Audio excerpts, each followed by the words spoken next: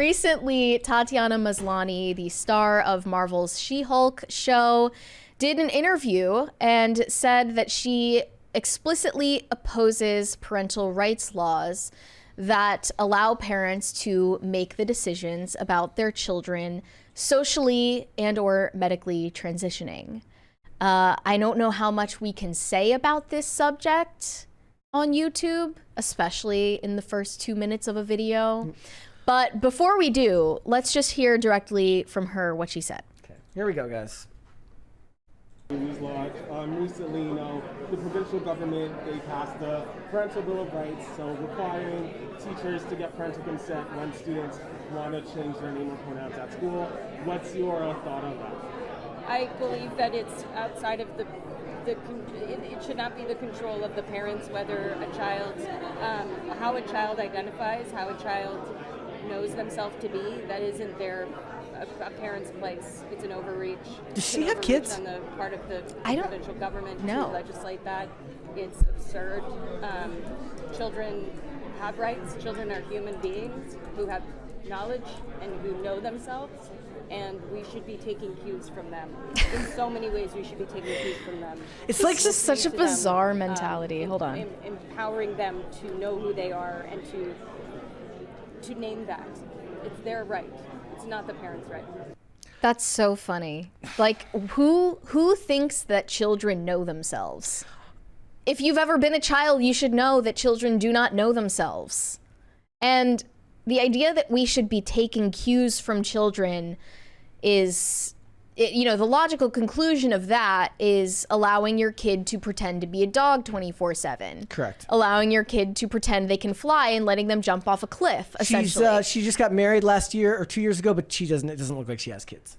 Honestly, just after hearing this, I hope she doesn't, because this woman clearly is, promoting something very dangerous for children. It is really weird how, like, the modern identity for, like, Western women has been to, like, embrace whatever your kid says and say it's affirm, like, everything, validate every little feeling.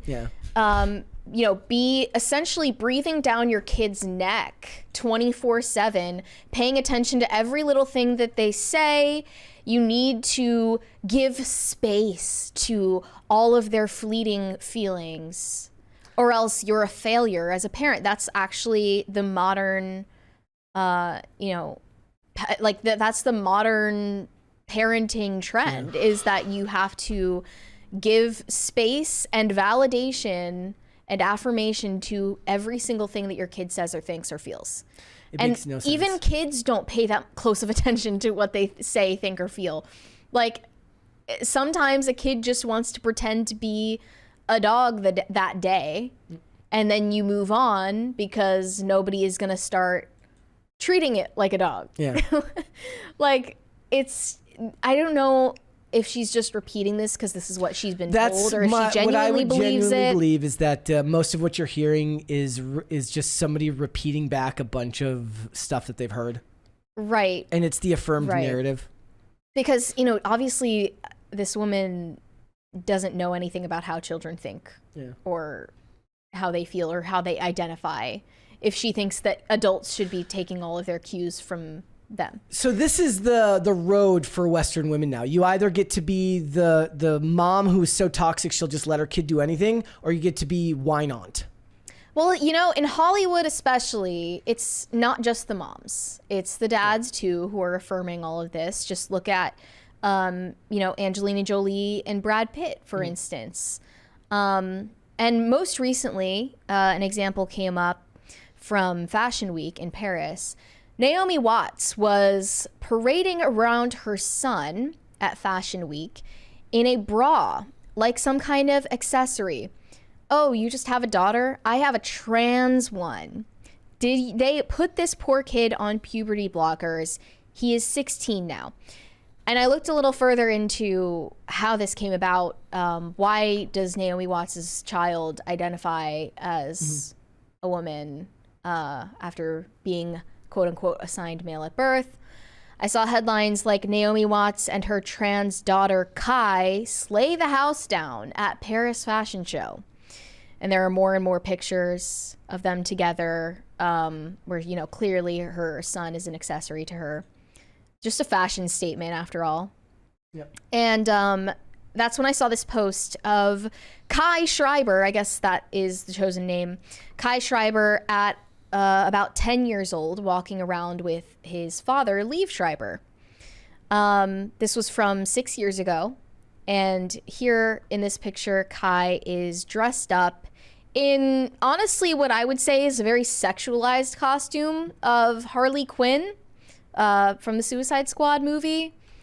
It looks very adult for a 10-year-old, but more importantly, that's his son wearing that costume. Yep. and the wig and the makeup and all of that.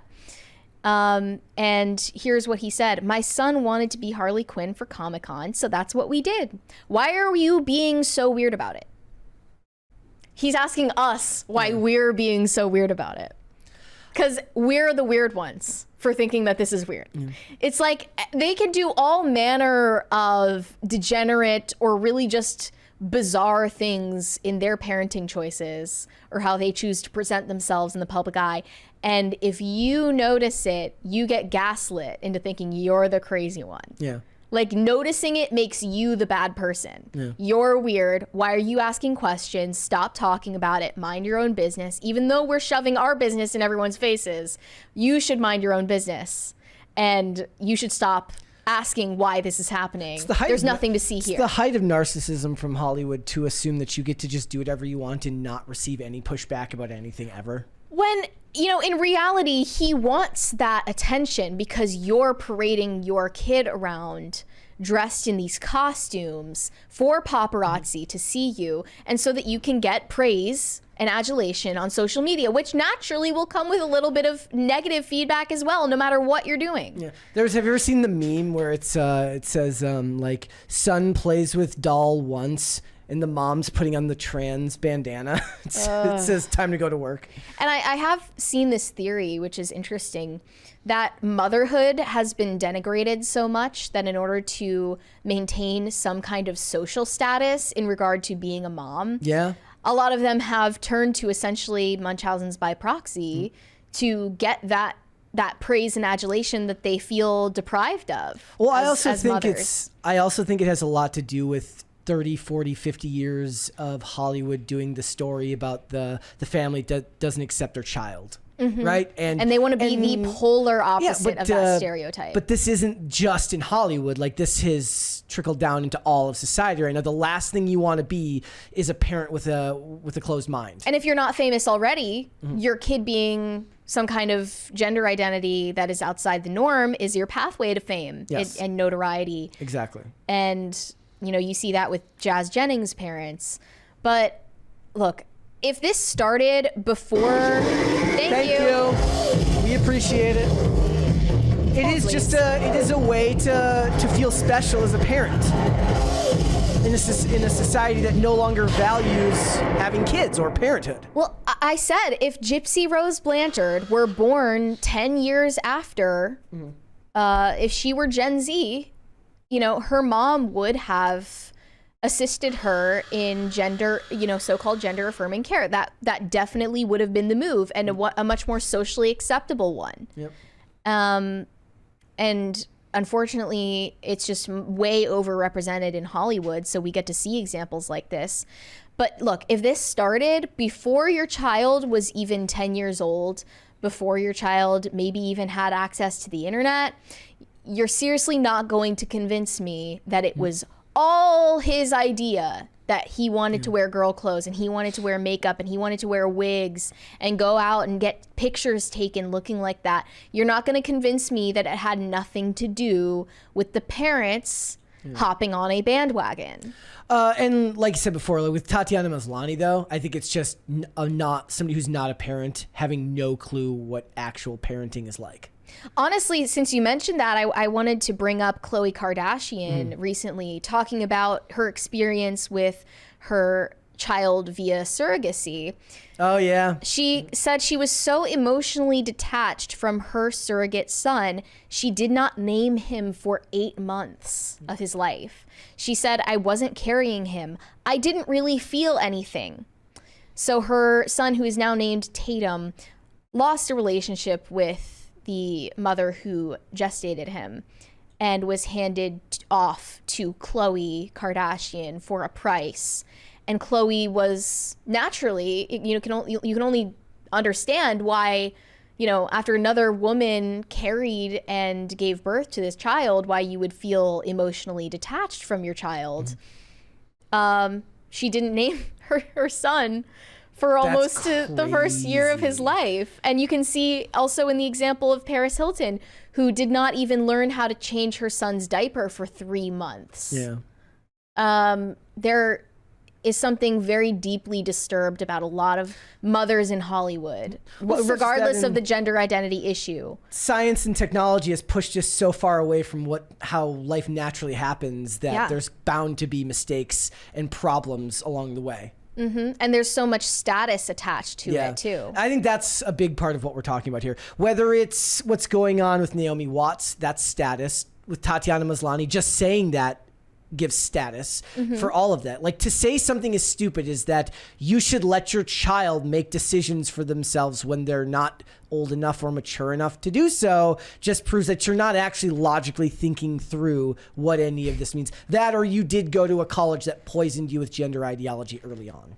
I mean, in Hollywood, you don't need college to tell you these things. You just take cues from all the rest of the people in this evil industry and repeat back what you've heard.